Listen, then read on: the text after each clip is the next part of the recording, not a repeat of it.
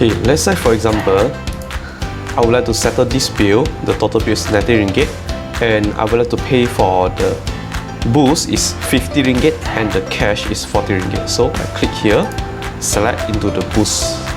Make sure you always pay by e-wallet first.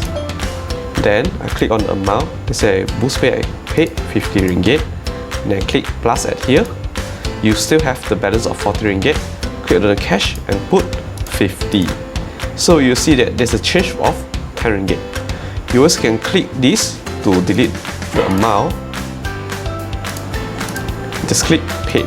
So the change will be the 10 ringgit. So for another example, let's say the bill is 53 ringgit and I would like to split it into the bank transfer and the cash.